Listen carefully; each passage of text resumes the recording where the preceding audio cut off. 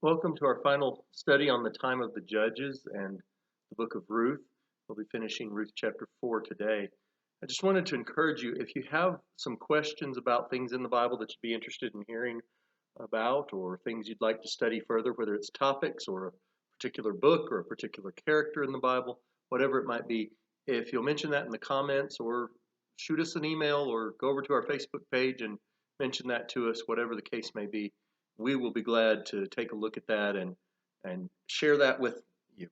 So we hope that things are still going well with you with our social distancing, and things here in Georgia are starting to open back up a little bit now, and we want to keep praying for all of our leaders and everyone else involved and all of those workers who are now out that weren't before, as well as those that have been out the whole time working and in the public. So as we continue into Ruth chapter 4, we want to remember where we were. Ruth chapter 3, Naomi had sent Ruth down to, in essence, really kind of go seduce Boaz into uh, being with her.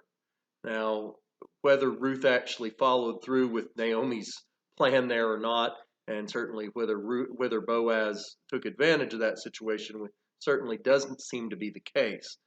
But as they parted that morning before the sun was up, he sent Ruth back home and he told her, I'm going to take care of this today. So, chapter 4, we find Boaz now going to take care of this situation. Is he going to be able to marry Ruth, to redeem her and the land of Naomi and everything, or not?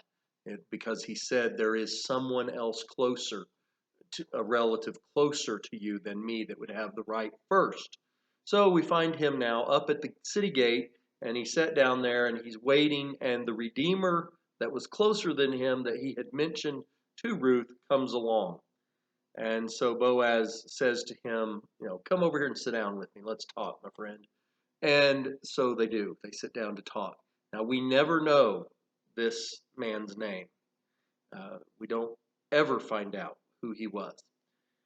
But apparently someone closer to Elimelech in the genealogies, somehow in the relative, maybe he was the first cousin and Boaz was the second first cousin, or we don't know exactly their relationship. We just know that they were in the same line, the same group, the same clan.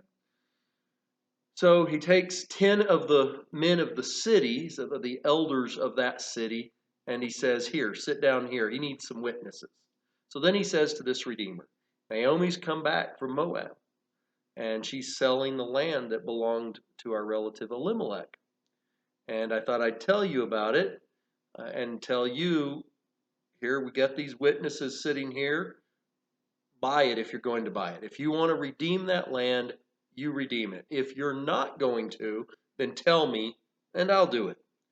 Because there's no one besides you that's ahead of me. And if you're not going to do it, then I will.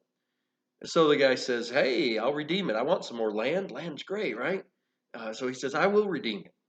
And Boaz says, now, before you jump too quick, I want you to know, if you buy the field from Naomi, then you're also going to have to acquire or marry Ruth the Moabite, the widow of the dead. And you'll have to perpetuate the name of the dead in his inheritance. Well, this sets this other redeemer back. He's, oh, well, I can't do that. I don't want to impair my own inheritance. I don't want to have to split my land, between this group and that group with my children. And so he said, I can't do that. If it was just a matter of buying land, hey, I'm all for it. But you're talking about having a wife and kids, and hey, I don't want all that. So he backs off. And he said, I can't do it. Well, take that to yourself, then you redeem it, because I can't. Well, that was the custom back then, and in fact, this is referenced in the law. It was a custom that when someone refused to do this redeeming, then that person had their shoe removed. Now, in the law, it was said that the woman, the widow, was to come in front of the elders of the city to do this, to check, to get him to do it. And if he wouldn't marry her, then she would take his shoe off. Well, Ruth isn't involved here now, whether it's because she's a foreign woman and didn't have some of the rights that the Israelite woman would have had, or whether it just has to do with the fact that they have stopped following the law as closely as that, and Boaz is doing this on her behalf now, or what, and how strictly the law meant that the woman had to actually do it, or just the process of it. But that was the way that it worked. And so what happens then is the Redeemer says, buy it for yourself, and he takes off his sandal and gives it to Boaz. It's almost like a receipt or a contract. Here you go. Here's my shoe. I don't know why you would want the shoe, but I guess it's better than some other things that would have been possible. They didn't carry around checkbooks or papers and pencils to write down a receipt. So the shoe was the thing, and the sandal. So he takes it off. He takes it to Boaz. And Boaz says to all the elders and the other people that have gathered, you're witnesses. I have bought from Naomi all that belonged to Elimelech, all that belonged to Chilion, and to Mahlon.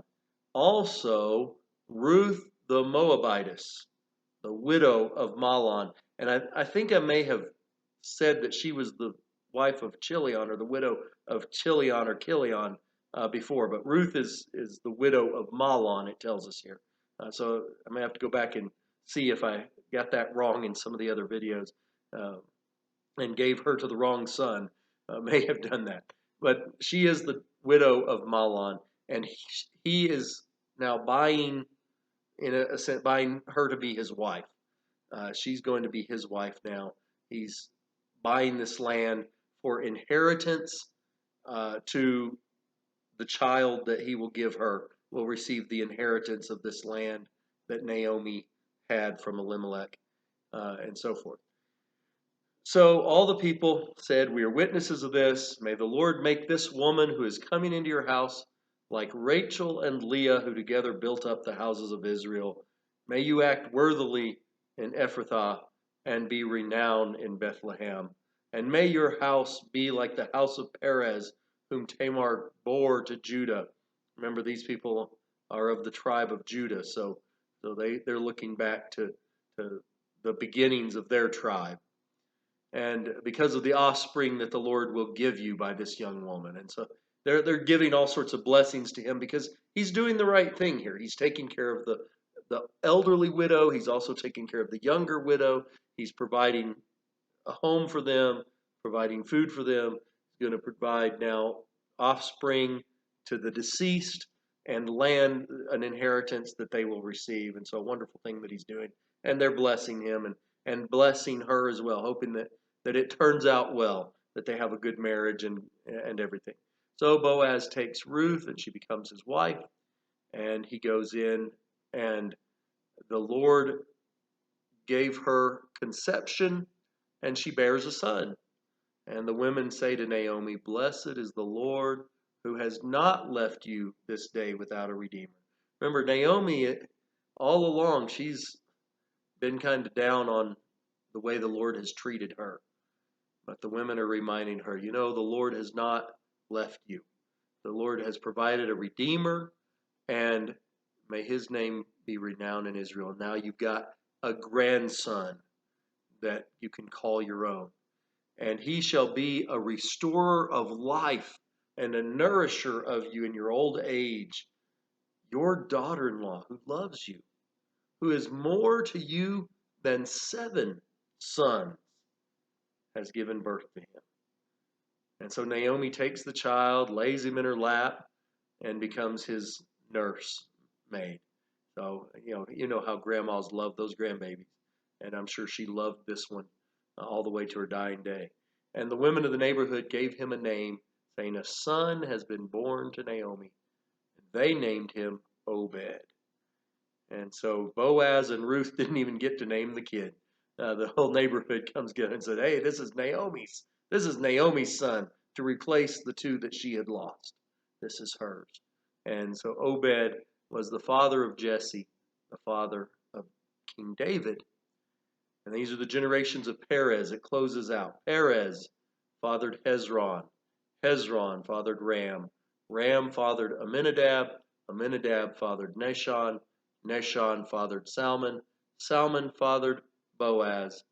And we know that that was by Ruth from the book of Matthew in the genealogy there in chapter 1, that Ruth and Salmon had Boaz. And Boaz fathered fathered Obed by Ruth here. Obed fathered Jesse, and Jesse fathered David. Now, it is interesting here, Obed is given to be Boaz's son, even though in some legal ways he would have been considered Mahlon's son and a descendant of Elimelech, but still, as far as the genealogy goes, Boaz is his actual father. But the inheritance and the land would go to him that had belonged to his mother's dead husband, Mahlon. So, a kind of a beautiful ending to this story, even though there were some rough spots along the way. We had the deaths of the three men from the very beginning, and then we have Naomi being bitter all along, but now it seems her attitude changes a little bit. She takes this child, and it's amazing how much a grandchild can change somebody and make them into almost a different person. Hope you've enjoyed this study of Ruth. If you have any questions about it, comments about it, we'd love to discuss anything further. And again, remember, if you've got an idea for another subject, another topic, another character, something else that you'd like to study from the Bible, we'd be glad to do that and consider that if you'll let us know. Hope that you continue to have a good week the rest of this week.